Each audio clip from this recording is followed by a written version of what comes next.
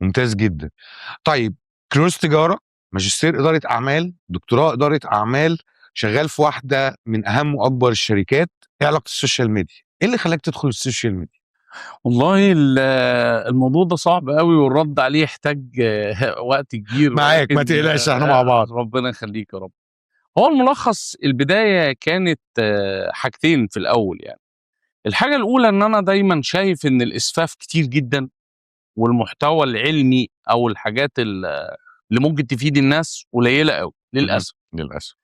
والحاجة التانية كانت شغفي اللي أنا ما كنتش أعرفه واللي أظهره لي الآخرين. أنا من وأنا في بكالوريوس أو من قبل كده، بس خلينا نقول بالذات من بكالوريوس، أنا كنت بحب أشرح لدفعتي. يعني كنت الطالب اللي هو يتقابل مع جماعه اصحابه فيقعد يشرح لهم فاينانس، فيشرح لهم اتش ار، فيشرح لهم ماركتنج. فلا هم لقطوا، مش انا اللي لقطت، ان انا عندي هم اللي طريقه ادولك. توصيل. قالوا لي لا انت عندك طريقه توصيل للمعلومه. اتاكدت دي في الماجستير قوي بقى، بذاكر لناس صحابي برضو كتير، والاغرب اني كنت بذاكر لناس صحابي في ماجستير مش في الماجستير اللي انا فيه، مش في الجامعه اللي انا فيها. يعني كنت انا جامعه حلوان. وكنت بدات بقى كمان من كتر ما الموضوع طلع يعني مقبول بالنسبه لبعض الطلبه، ان انا ادي كورسز دي ناس بتاخد ماجستير في الاكاديميه البحريه، في اسلاسكا، في جامعه القاهره، وانا اصلا جامعه حلوان. وبعد كده الناس اكدت نفس الفكره، ان انت بتعرف توصل معلومه كويس. وانا دايما شايف ان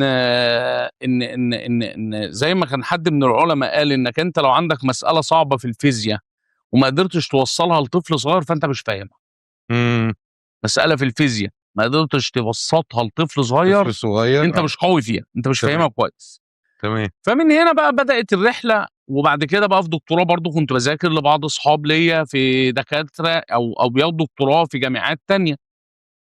الموضوع بقى ان انا كنت اقلب في السوشيال ميديا، ناس بتغني، ناس بترقص، سوري يعني، ناس بتسف، ناس بتشتم، ناس بتعمل. طب ما انا لقيت ايام موضوع الام بي اي لما انا كنت بدرسها، كل شويه حد بيجي يسالني سؤال في الام بي اي.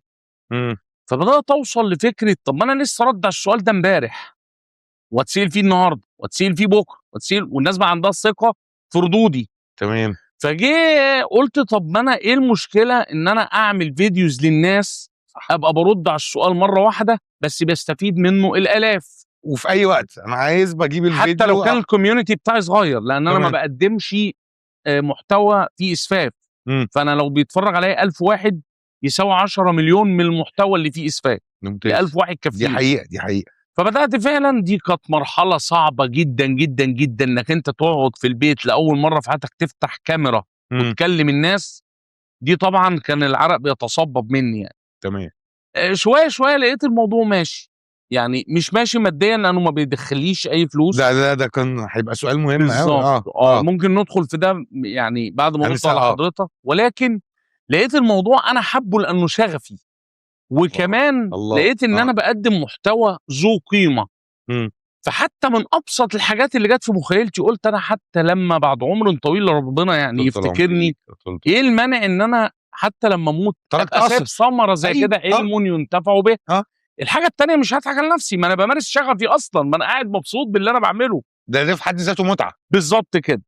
وبساعد الناس.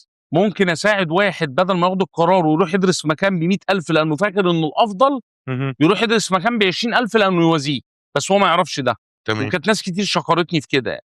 وبدات بقى اقدم محتوى. بعد كده بقى جالي فكره، هو انا ليه بدل ما برد على اسئله الام بي اي بس، ما ده مش علم، انا كده بفهم الناس تعمل ايه، ليه انا ما اشرحش ام بي اي كامله، اخد موضوعاتها موضوع وابدا اطلع اشرحها للناس اللي مش قادره ماديا انها تاخد الام بي اي، او فئات اخرى بقى ممكن لو في وقت اقولها لحضرتك، هنتكلم اللي هم الاودينس بتوعي. تمام.